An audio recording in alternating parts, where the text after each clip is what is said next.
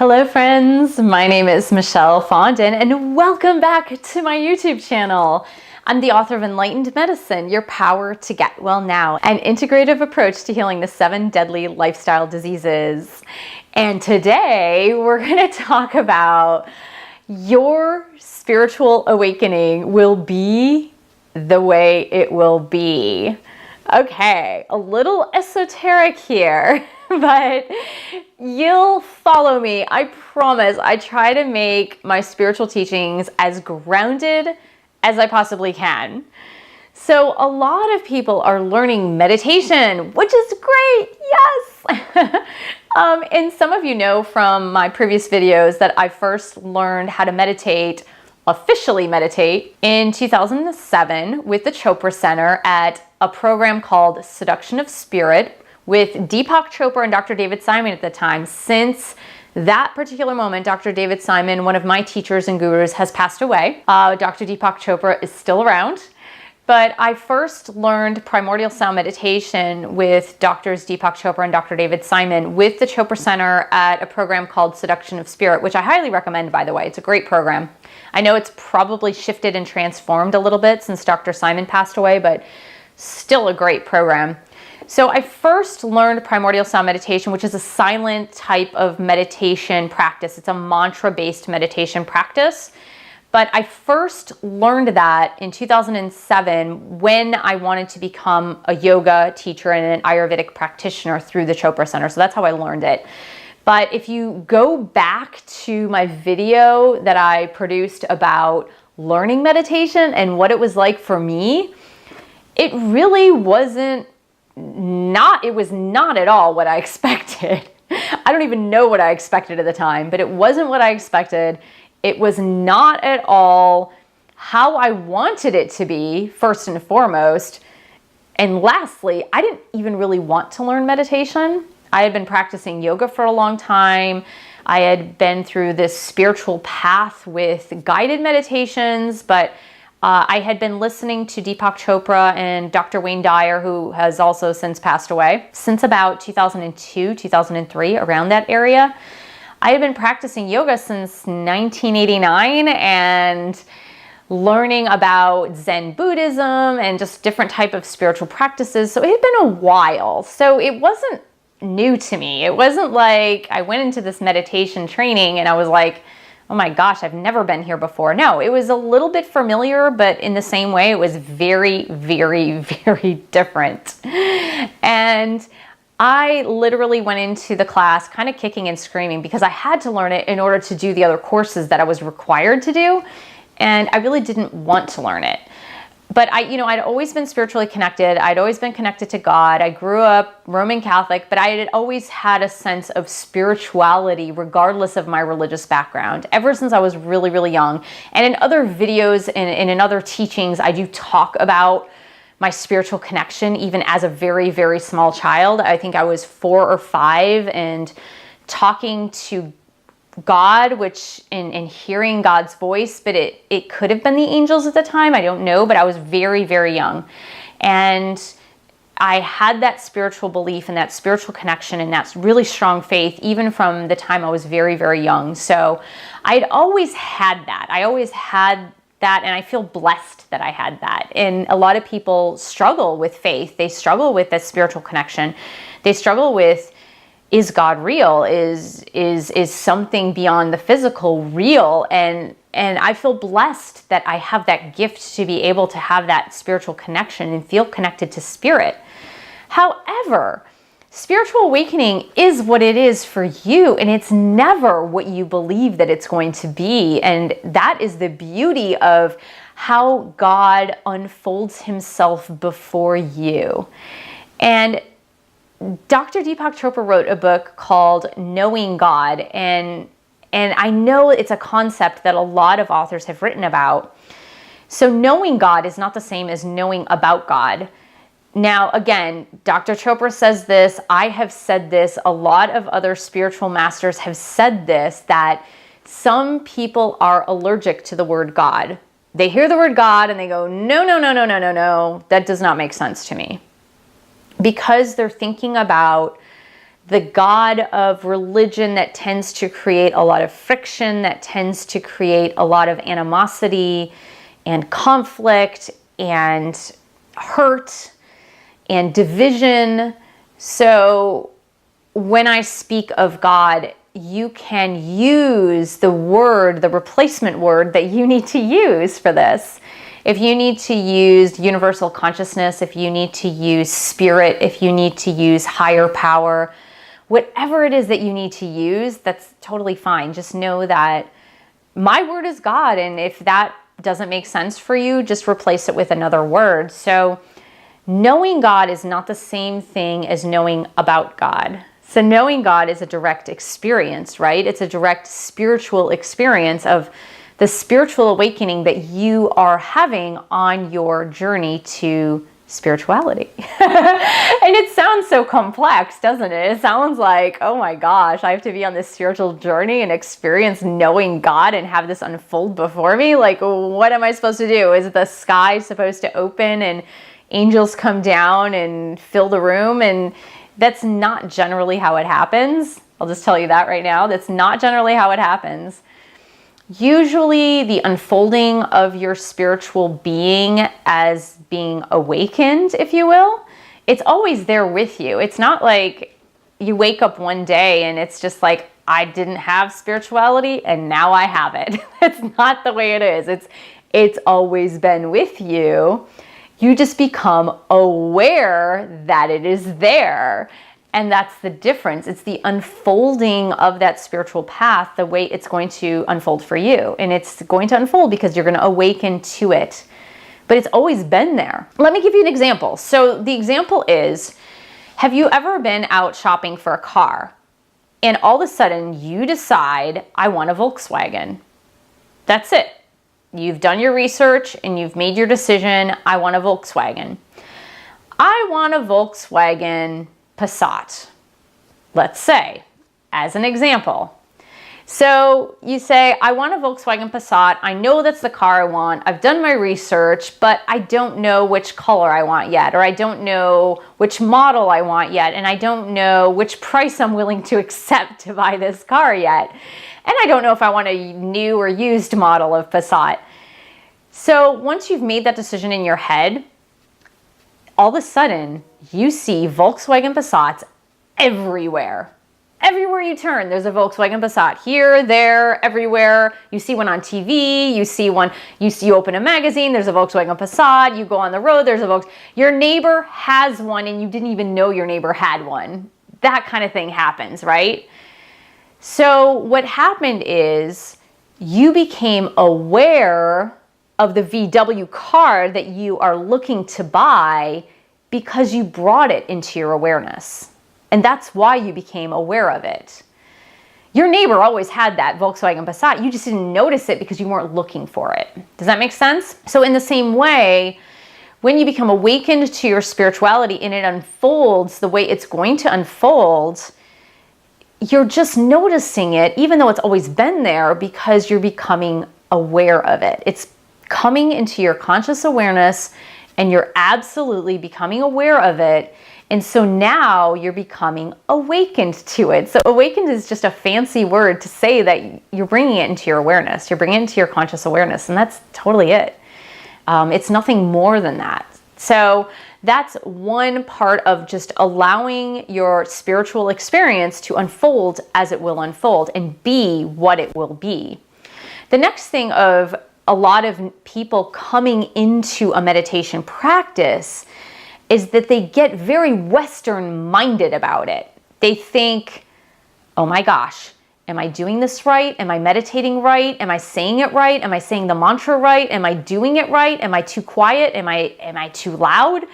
Am I thinking it right? Are my thoughts going crazy? Like, they become very Western minded about it. And Western minded, I mean that as a Western society, whether you live in the United States, Canada, or you live in Europe or whatever, in a Western mindset, we get very methodical about anything that we do. We get super duper methodical. So we think that there is an exact way that we're supposed to do something, and there's an exact way to get to a goal that we are trying to achieve.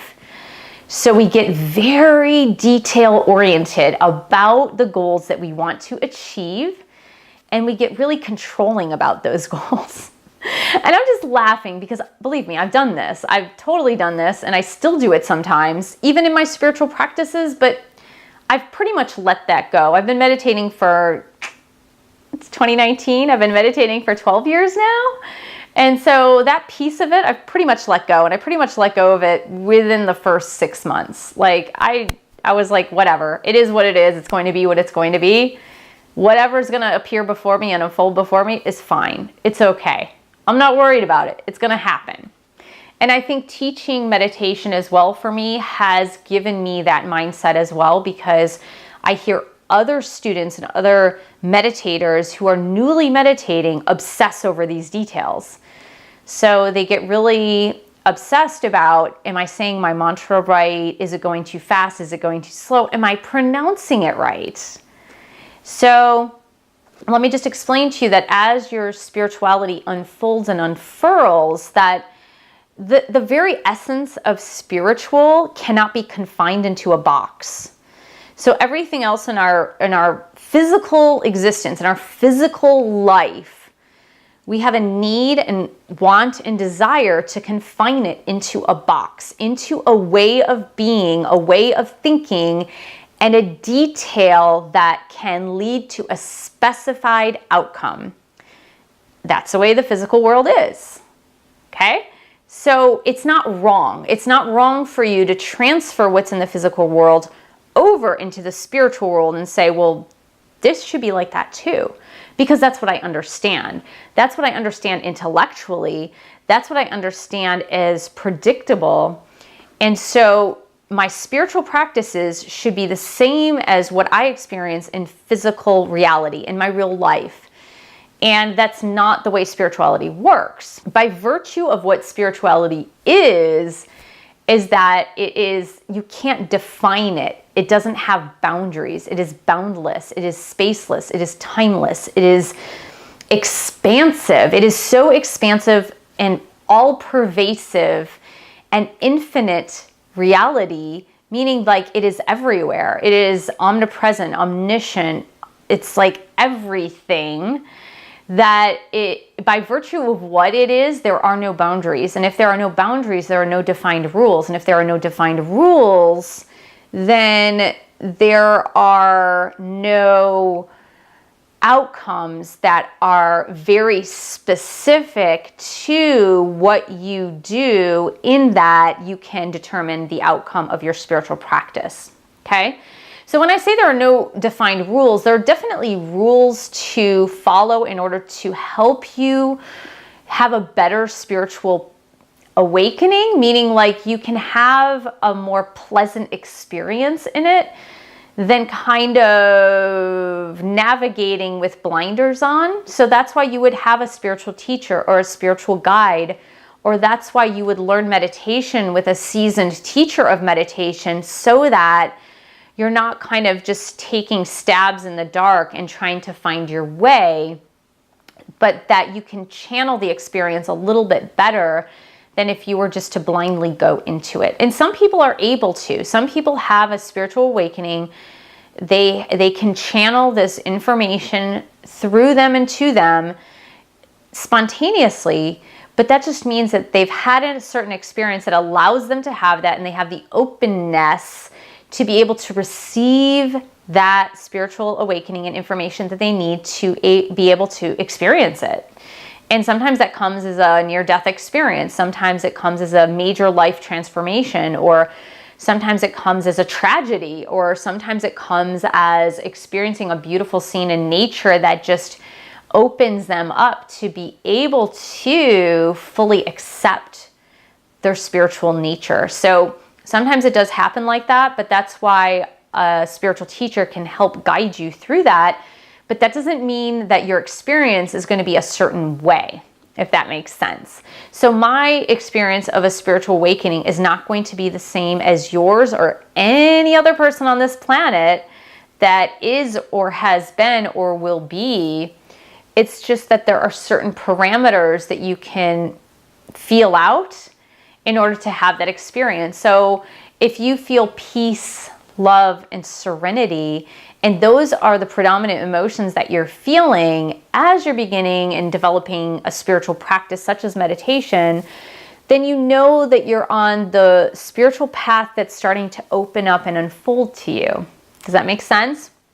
If you're experiencing a lot of like anger and frustration and impatience and just like ill will toward others, it just might mean that you're still caught up in what we call ego consciousness, or you're still caught up in that, I need to control things. I need things to happen in my timetable. I think I need things to unfold the way I want to, and I want this spirituality stuff to fit into my box. So that's what that means. So like I said, while there are no steadfast rules to what your experience will be as you unfold into your spiritual practice, there are outcomes that kind of can clarify the direction that you happen to be moving into, if that makes sense. So if you find yourself, and this is what I tell my meditation students too, I find myself that if you're doing the meditation practice and just doing it, you don't have to do it in any particular way. You're saying your mantra, you're sitting down twice a day, ideally, for 30 minutes each time. You're silently repeating your mantra and you're in your meditation practice. If you come out of that, the other 23 hours of the day, if you're more peaceful, more serene, coincidences or meaningful things are happening. We call them synchronicities. Meaningful things are happening in your life, and that you're just feeling more peaceful about people. You're more accepting, you're compassionate, you're loving, you're kind. If you're feeling those feelings, then you've accessed your spiritual side of you more than the more physical, the human, the heaviness of the human emotions that tend to be negative sometimes. Now, that doesn't mean that you're going to erase those negative feelings and you're never going to feel them again. It just means that they're not going to last as long as the more positive feelings, the feelings of compassion, love, empathy, being able to see things from a distance and not seeing things from like, this has to happen now and this has to transform in the way that I need it to transform. So it will unfold the way it's going to unfold. And if you believe that the heavens need to open and the angels need to come down and you need to see the face of God or Jesus or Buddha or Ganesh or whoever your spiritual guide is for you, if you think that that is opening up to spirituality, it's just a false belief. It's a falsehood. That's generally not the way it happens. It could happen anywhere, anytime, any place, with any person, with any experience. And typically, it doesn't happen within your spiritual practice. So it typically doesn't happen when you're meditating. It typically doesn't happen when you're in a church, synagogue, or mosque. It typically doesn't happen when you're praying in a prayer group or you're in a drum circle. Like, it typically does not happen that way. It typically happens in like the silliest of things or the silliest places or the craziest circumstances that you would never, ever anticipate ever. And then you have these awakenings that start to occur more and more, and you have this sense of connectedness to others and those around you. You have this sense of connectedness to your own spirit. You have a sense of connectedness to all that is, and it just evolves and opens up. And yeah, there are many layers to your spiritual awakening, but just know that the more you try to direct and control your spiritual awakening, the more it will elude you. And the more you can let it go, like, you know, the phrase, let go and let God, the more you can let it go and allow that spiritual nature to unfold the way it's meant and designed to unfold. And if you could just take in a deep breath and just let it unfold the way it will, it'll unfold the way it will, and it'll happen faster than when you're trying to obsess about, you know, am I doing enough Surya Namaskar? Am I doing enough sun salutations today? Did I wake up and do my yoga practice? Oh my God, I forgot and I went to Starbucks instead. Or, oh my gosh, did I meditate for 25 minutes or did I meditate for 30 minutes? Oh my gosh, it's just not going to happen. So when you let go of the details, when you let go of the obsession of trying to force yourself on a spiritual path and instead set the intention to allow yourself to unfold into spirituality the way you were intended to, the faster it will come, the more peaceful it will come. And you might even find that your angels, your guides, God will help you create humor in it. You'll find it funnier. Like, it'll be funny. It'll be really, really, really, really funny. So let me tell you right before I go, the one story about my spiritual awakening, one of many, because I'm not going to tell you that there was one spiritual awakening. For me, it was truly an unfolding over time. And also because I had such a strong spiritual connection to God as a very, very young child, that my spiritual awakenings were more like it was more like that than like, oh my gosh, this is what this is. So I was at Seduction of Spirit that very first time that I was learning to meditate. And this meditation retreat was about 8 days, and it wasn't just meditating. I've tried the whole silent meditation thing for 3 days at one point with the Chopra Center. And honestly, I will tell you right now, it's not for me. It might be for me someday. It's not for me now. Or nor was it in 2009 or 2010 when I did it. So 2007, I'm at this 8-day meditation retreat where we had meditations and lectures and lunches and yoga and meditations again and some crazy California stuff. And it was the last day. And honestly, I had been asking about this specific question, about this specific relationship that I was in.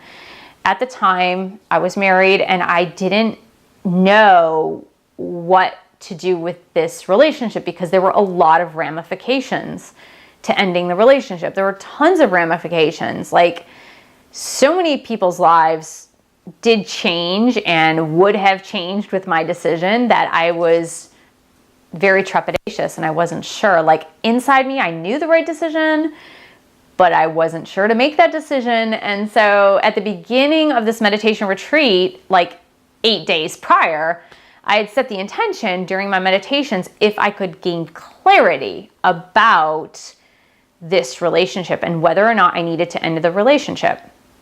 So I had been so frustrated because day 1, 2, 3, 4, 5, 6, and 7 went by, no clarity, zilch, zero, zip, nothing, no clarity about this decision.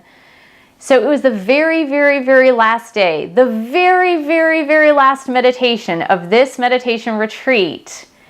And we were meditating. We were with Dr. Simon. I'm with 300 other people. I'm sitting kind of toward the front and I had to pee.